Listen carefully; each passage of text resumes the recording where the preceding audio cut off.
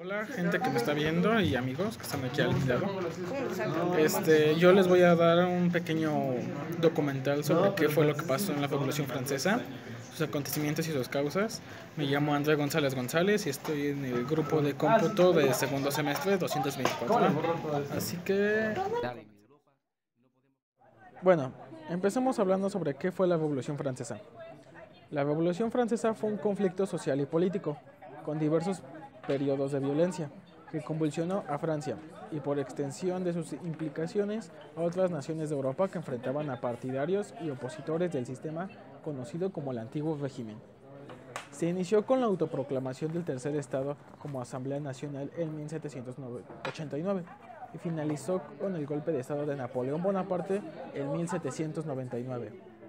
Si bien, después de que la Primera Republicana cayera tras el golpe de Estado de Napoleón Bonaparte, la organización política de Francia durante el siglo XIX osciló entre república, imperio, monarquía constitucional. Lo cierto es que la revolución marcó el final definitivo del feudalismo y del absolutismo en este país, y dio a la luz un nuevo régimen donde la burguesía, apoyada en ocasiones por las masas populares, se convirtió en la fuerza política dominante del país.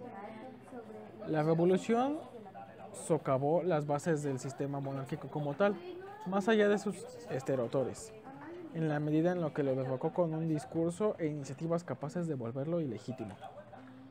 Según la historiografía clásica, la Revolución Francesa marcó el inicio de la Edad Contemporánea, al sentar las bases de la democracia moderna, lo que la sitúa en el corazón del siglo XIX. Abrió nuevos horizontes políticos basados en el principio de la soberanía popular, que será el motor de las revoluciones de 1830, de 1848 y de 1871.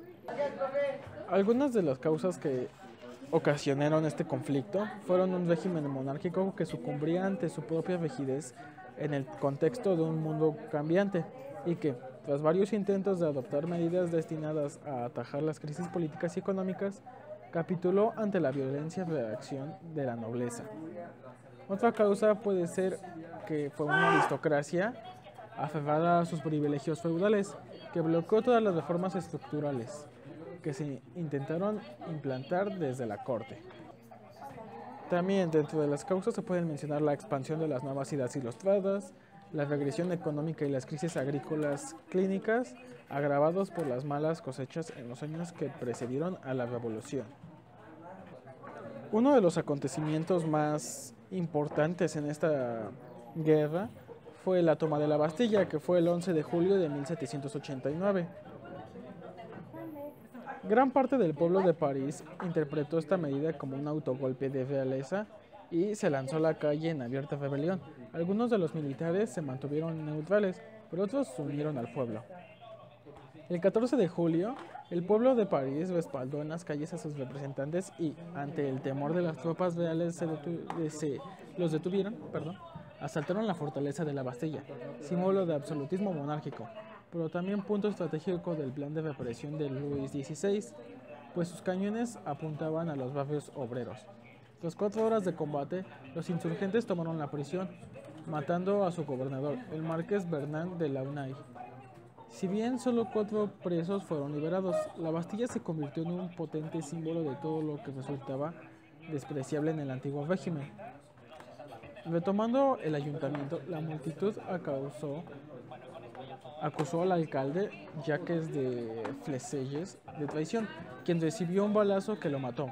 Su cabeza fue cortada y exhibida en la ciudad, cabalada en una pica, naciendo desde entonces las costumbres de pasear en una pica las cabezas de los decapitados, lo que se volvió muy común durante la Revolución.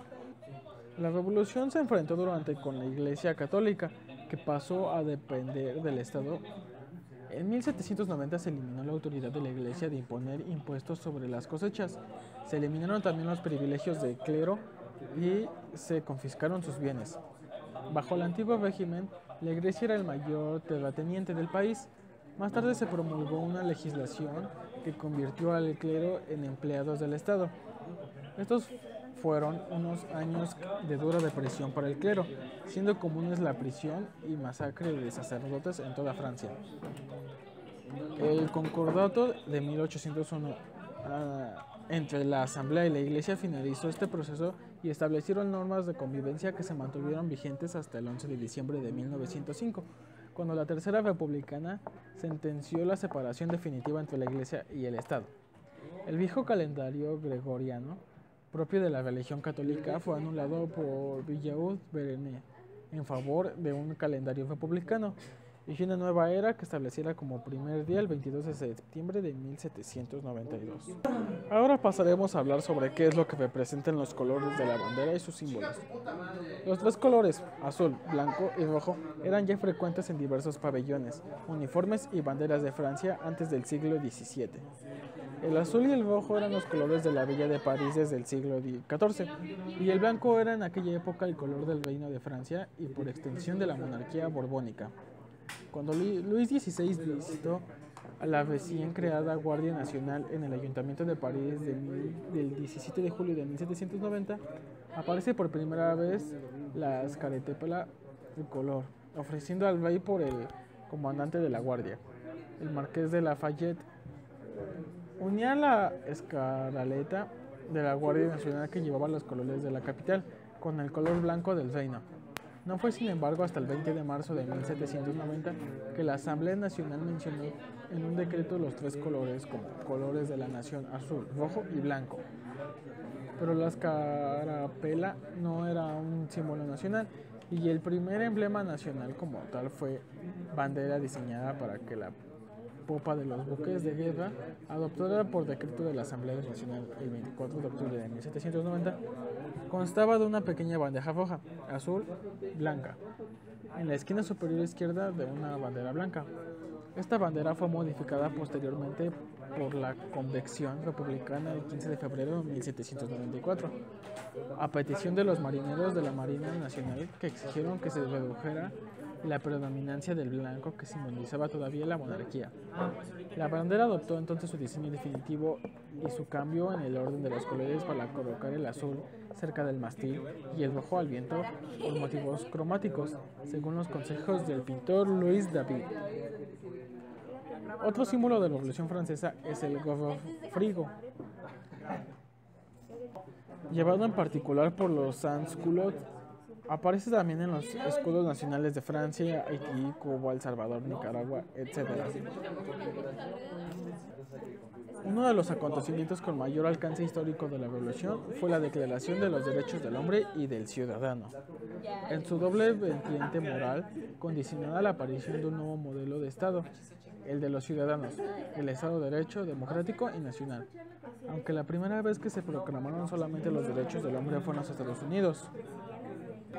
La evolución de los derechos humanos es un fenómeno puramente europeo.